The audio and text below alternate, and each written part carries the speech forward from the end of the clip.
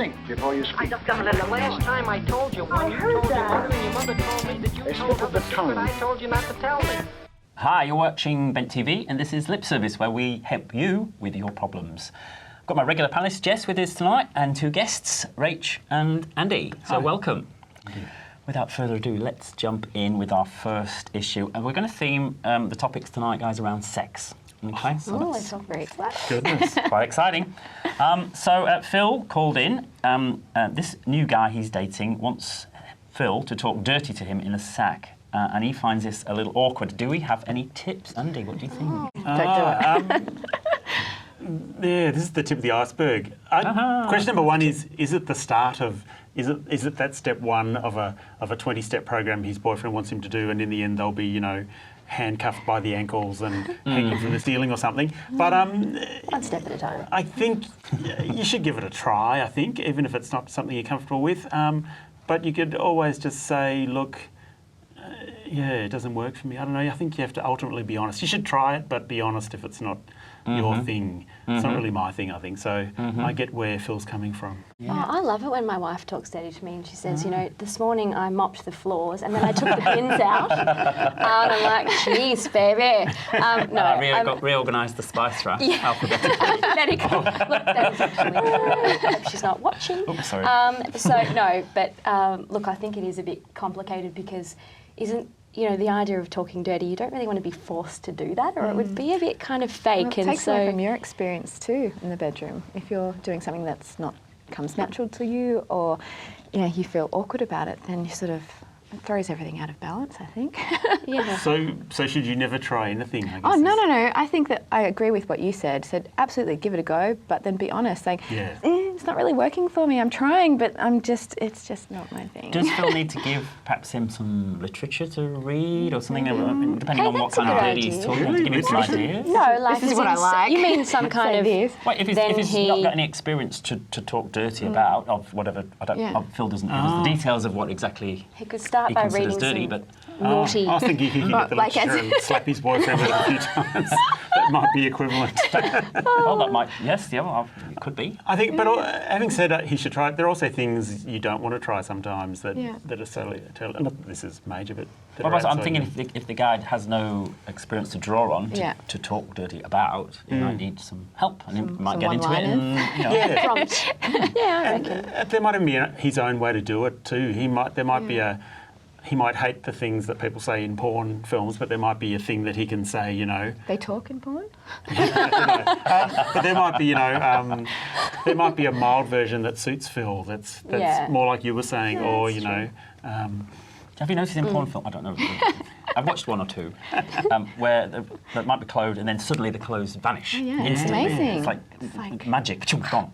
There's no removal of bit at a time, which actually I think would be quite. Personally, I think that would be absolutely quite nice. very Anyway, sorry, digress. Well, we digress. Let's get back to problems. Sorry, viewers. Okay. So there you go, Phil. All right, I've got a question from Liz. So Liz says, my long-term relationship has become quite platonic. I love her and I want to spend the rest of my life with her, but I don't know how to rekindle the flame. Thoughts? So sounds like a bit of a general case of the lesbian deathbed, where maybe it often happens. Can happen to anyone. It can. Anyone. Yeah. If that book doesn't do well with Phil's boyfriend, maybe we can could send give it that to Liz. to Liz. Absolutely. Well, Yeah. potentially. But Read what do the you book think? over. What do you think, Rach? I think go and have an affair. Oh, really? Wow. Controversial. Yeah, no. right. I think, Spice it yeah, up. or invite other people into the bedroom. Wow. You know, but I don't know. There's always the stuff that they recommend.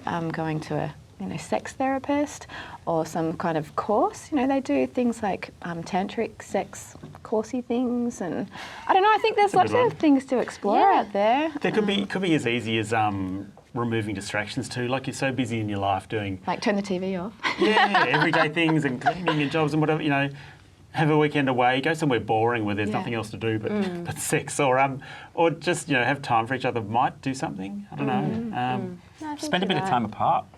Yeah, they say Because absence makes the heart grow fonder. That's a great idea. True. And then, because if you're living with somebody, I can't be bothered checking it tonight. Oh, tomorrow, we'll do it tomorrow, Tired. tomorrow. And There's then dishes Time and- goes on. Yes, stuff to do. Spices the sort. Organising spices. But no, you're right. So maybe time apart and then go somewhere quiet Yeah. where there's nothing else to do but chat. And run in therapy. And then invite someone else along. Potentially. Alrighty. It's a tough one though. I think that can happen to every But it does, in every long-term relationship. relationship. Yeah. And you've got to. I don't know. Yeah, there's no perfect solution. It can keep coming. It actually becomes part of your routine, and they do recommend scheduling in sex because people say that with everything else that's going on, if you've got kids, busy lives, jobs, whatever, that you actually say, right, this is when we're going to do it. But then at the same time, people find that routine and boring. I want it to be spontaneous and You might not be feeling passionate. horny at that particular, Exactly. at 5 o'clock or whatever And time. so they also say that your body, once you start doing it, it just get Wants into more. it. It's like Pavlov's dogs. Sort of, Yeah. when they You ring hear the that bell? the bell. He's got, start salivating. You It's like, go. come on. That's the solution. Maybe sex toys. Yeah. So we need some conditioning along vis-a-vis Pavlov type thing. Is that a pudding? There you go, Liz. Is it Pavlov? hope that Yeah. Pavlova, that's the Pavlova. Pavlova. Yes. Not connected. Okay, Lorenzo called in. My boyfriend is a bad lover. Oh, dear. But a great guy. But Get out. But I can really see a future with. How do I broach the subject without hurting his feelings? Without hurling him out the window because he's a bad lover. You suck. It's a great guy, but a bad Not lover. very well. Wow. You could argue these things like it's a two-person deal. So Yeah, what are you doing? I'm What a are you little bit bringing harsh to it? about the. Do you think Lorenzo's been a bit harsh? Yeah, I think. Like, he's putting all the Takes blame on two his to tango. partner. It's always a two-person thing. So Or three? Three, yeah, but so it's just harsh to say one person is Like, you suck. bad, and maybe Yeah. they need to stretch their comfort zone a bit, or don't know. I think of all the problems people can have, I don't think that's so bad. I think you can get past it, and you can definitely. try things, and maybe the boyfriend needs more confidence. But I think it is a two-person thing, and I don't know. I'm a bit iffy about someone saying someone's a bad lover. I think you're right. I tend to sort of go, well, what makes a bad lover? Yeah. Yeah, it's very subjective, isn't it? Maybe Lorenzo? it's you. Kind of making that decision. Maybe the problem lies with you, Lorenzo. I think that's all we have time for this evening, guys. Thank you very much to Rach, Andy, and Jess. We'll be back with more lip service next time you've been watching Vent TV.